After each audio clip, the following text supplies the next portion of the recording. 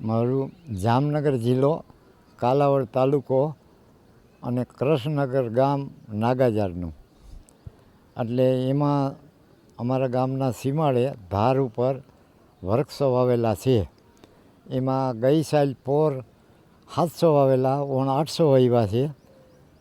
એમાં વાવવામાં ઉંબરા પક્ષી ખાઈ અને પીપરા 24 કલાક ઓક્સિજન આપે, એથી પર્યાવરણ સુધરે.